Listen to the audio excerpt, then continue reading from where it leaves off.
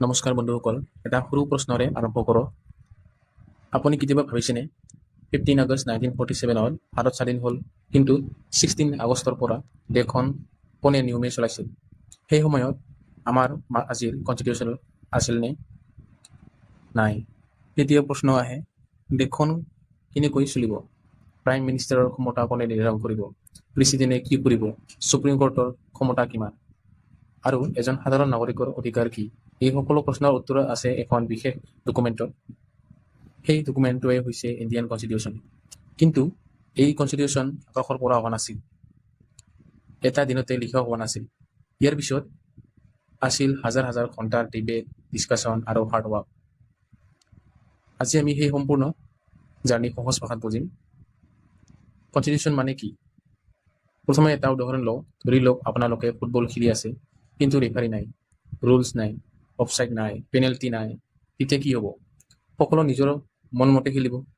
শেষত খেলখনত কাজিয়া হ'ব। ঠিক একেদৰে এখন দেশ ৰুলছ অবিহনে চলিব নোৱাৰে। সেই ৰুলছৰ আটাইতকৈ ডাঙৰ বহুখনেই হৈছে কনষ্টিটিউশ্যন।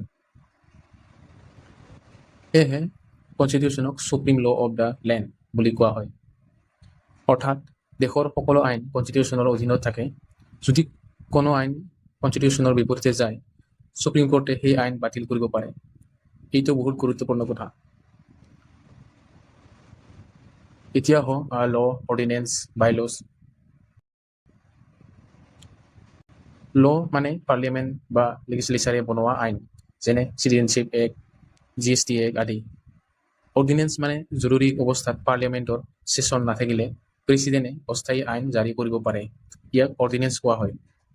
বাইলছ মানে লোকেলছ ৰুলছ, যেনে মিউনিচিপালিটি বা পঞ্চায়তে নিজৰ এলেকাৰ বাবে কিছুমান নিয়ম বনায়। এইবোৰক বাইলছ কোৱা হয়। এতিয়া আটাইতকৈ ইম্পৰ্টেণ্ট কনচেপ্ট ৰুল অফ ল। ইয়াৰ অৰ্থ দেশত মানুহ ডাঙৰ নহয়, আইন ডাঙৰ। এজন সাধাৰণ মানুহ হওক, এজন IAS অফিচাৰ হওক, এজন মিনিষ্টাৰ হওক বা প্ৰাইম মিনিষ্টাৰ হওক, সকলো আইনৰ আগত সমান। এইটোৱে হৈছে ভাৰতীয় গণতন্ত্ৰৰ অন্যতম শক্তি।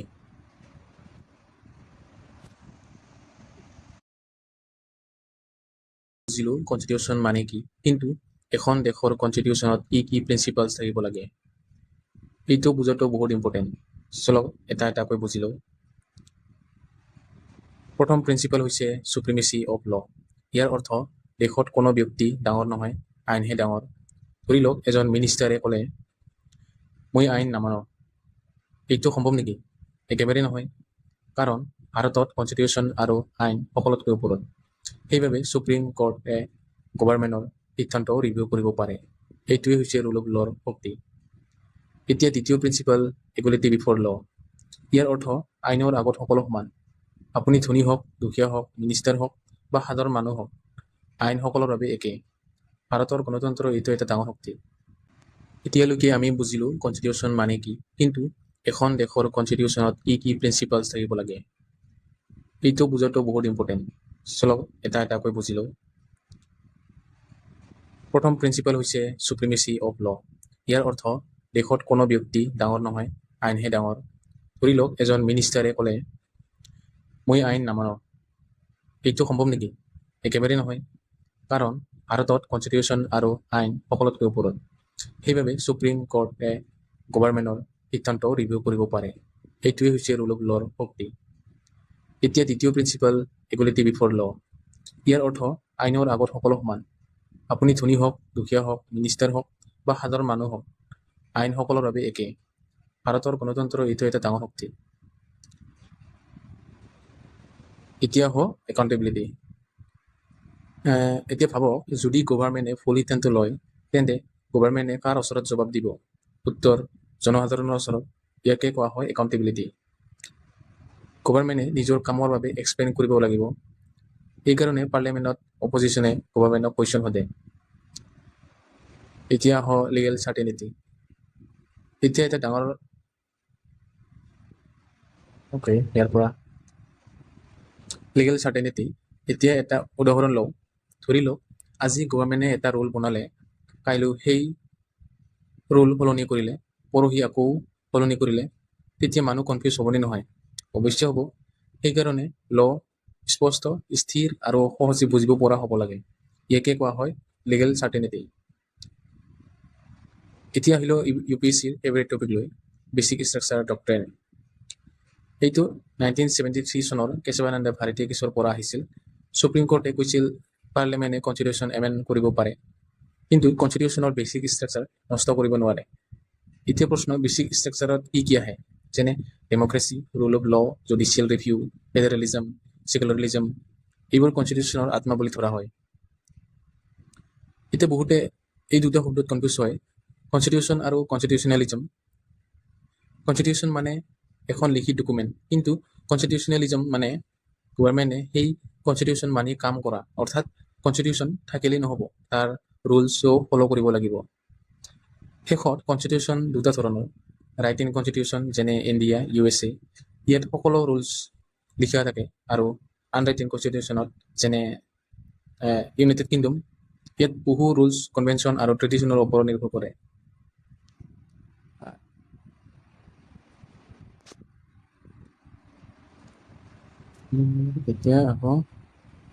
এতিয়ালৈকে আমি বুজিলোঁ কনষ্টিটিউশ্যন কি আৰু ইয়াৰ মূল প্ৰিন্সিপাল কি, কিন্তু এতিয়া আটাইতকৈ ডাঙৰ প্ৰশ্নটো আহে, এই কনষ্টিটিউশ্যন কোনে বনালে? এজন মানুহে, এটা কমিটিয়ে, নে গভৰ্ণমেণ্টে?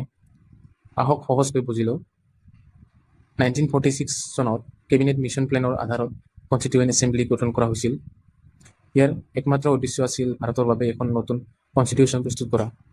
এতিয়া এটা কথা মনত ৰাখিব, কনষ্টিটিউৱেণ্ট এছেম্বলিৰ কাম গভৰ্ণমেণ্ট চলোৱা নাছিল, ইয়াৰ কাম আছিল কেৱল কনষ্টিটিউশ্যন বনোৱা। কনষ্টিটিউশ্যন এছেম্বলিৰ প্ৰথম বৈঠক হৈছিল 9 ডিচেম্বৰ 1946। এইদিনা সকলো সদস্য একেলগ হৈছিল। প্ৰথম বৈঠকৰ টেম্পৰাৰী চেয়াৰমেন আছিল ডক্টৰ সচিদানন্দ সিনহা। তেওঁ কেৱল আৰম্ভণিৰ বাবে এই দায়িত্ব পালন কৰিছিল। তাৰপিছত এছেম্বলিয়ে নিজৰ পাৰ্মানেণ্ট প্ৰেচিডেণ্ট নিৰ্বাচন কৰিলে। তেওঁ আছিল ডক্টৰ ৰাজেন্দ্ৰ প্ৰসাদ। তেওঁ সকলো ডিবেট, ডিছকাশ্যন আৰু মিটিং খুব সুন্দৰভাৱে পৰিচালনা কৰিছিল। এটা কথাত মনত ৰাখিব, ডক্টৰ ৰাজেন্দ্ৰ প্ৰসাদ আছিল president of the constituent assembly, আৰু পিছত তেওঁ স্বাধীন ভাৰতৰ প্ৰথম প্ৰেচিডেণ্টও হয়। এতিয়া এটা ইম্পৰ্টেণ্ট ঘটনা, 13 ডিচেম্বৰ 1946 জৱাহৰলাল নেহৰুৱে অবজেক্টিভ ৰিজলিউশ্যন উপস্থাপন কৰিছিল। এই ৰিজলিউশ্যনত তেওঁ ভৱিষ্যতৰ ভাৰত কেনেকুৱা হ'ব সেই ভিজন দিয়া হৈছিল। যেনে ইণ্ডিয়া হ'ব ছভেৰেন, ডেম'ক্ৰেচি থাকিব, জাষ্টিছ, লিবাৰ্টি আৰু ইকুৱেলিটিৰ ওপৰত দেশ চলিব। 22 জানুৱাৰী 1947ত এই ৰিজলিউশ্যন গ্ৰহণ কৰা হয়। পিছলৈ ইয়াৰ বহু ধাৰণা প্ৰিএম্বুলত অন্তৰ্ভুক্ত কৰা হয়। এতিয়া প্ৰশ্ন, ইমানবোৰ আলোচনা হ'ল, কিন্তু ফাইনেল কনষ্টিটিউশ্যন লিখিলে কোনে? ইয়াৰ বাবে 29 আগষ্ট 1947 ড্ৰাফটিং কমিটি গঠন কৰা হৈছিল। ইয়াৰ চেয়াৰমেন আছিল ডক্টৰ BR আম্বেদকাৰ। তেওঁ সকলো কমিটিৰ ৰিপৰ্ট, ডিবেট আৰু এমেণ্ডমেণ্ট একেলগ কৰি ফাইনেল ড্ৰাফ্ট তৈয়াৰ কৰিছিল। সেইকাৰণে তেওঁক chief architect of the Indian constitution বুলি কোৱা হয়। কনষ্টিটিউশ্যন এটা বা দুদিনত বনোৱা হোৱা নাছিল। ইয়াৰ বাবে লাগিছিল 2 years, 11 months, 18 days। এই সময়ছোৱাত 11টা ছেছন অনুষ্ঠিত হৈছিল, হাজাৰ হাজাৰ এমেণ্ডমেণ্ট আলোচনা কৰা হৈছিল, অৰ্থাৎ এই কনষ্টিটিউশ্যন বহু চিন্তা চৰ্চাৰ ফল। আৰু এটা ইম্পৰ্টেণ্ট ডেট, 22 জুলাই 1947 কনষ্টিটিউৱেণ্ট এছেম্বলিয়ে নেশ্যনেল ফ্লেগ গ্ৰহণ কৰিছিল। আজিৰ তিৰংগা পতাকাখন সেই দিনাই অনুমোদিত হৈছিল।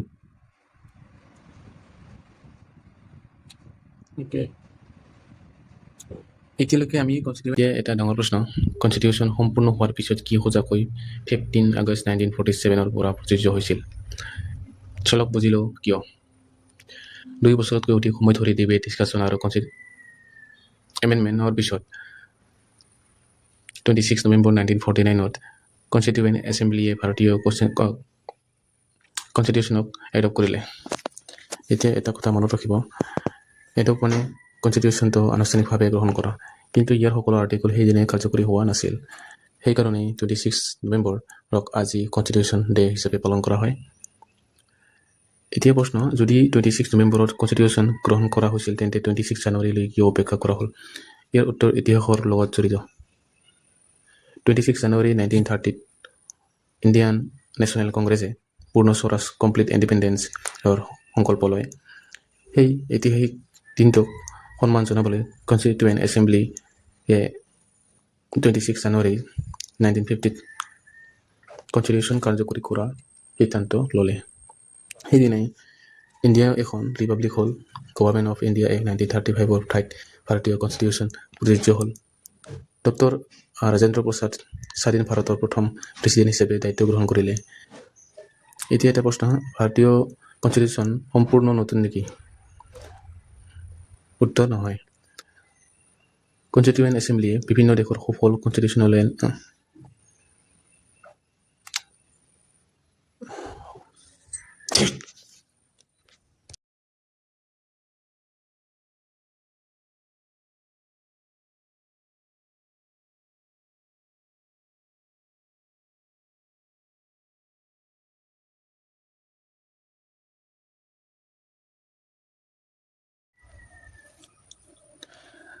কনষ্টিটিউৱেণ্ট এছেম্বলিয়ে বিভিন্ন দেশৰ সফল কনষ্টিটিউশ্যনেল ফিচাৰ্ছ অধ্যয়ন কৰি ভাৰতীয় পৰিস্থিতিৰ সৈতে মিলাই সেইবোৰ গ্ৰহণ কৰিছিল।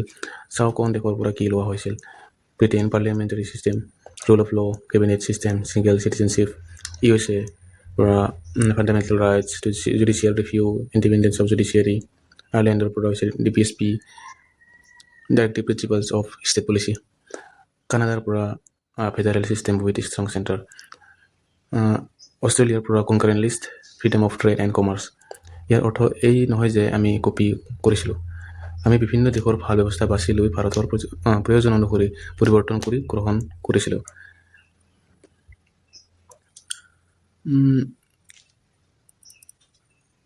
এতিয়া আপোনালোকে লক্ষ্য কৰক 1773 ৰেগুলেটিং এক্টৰ পৰা আৰম্ভ হোৱা কনষ্টিটিউশ্যনেল জাৰ্ণি 1909, 1919, 1935 বিভিন্ন একৰ পাৰ হৈ অৱশেষত 26 জানুৱাৰী 1950 ভাৰতে নিজৰ সংবিধান লাভ কৰিলে।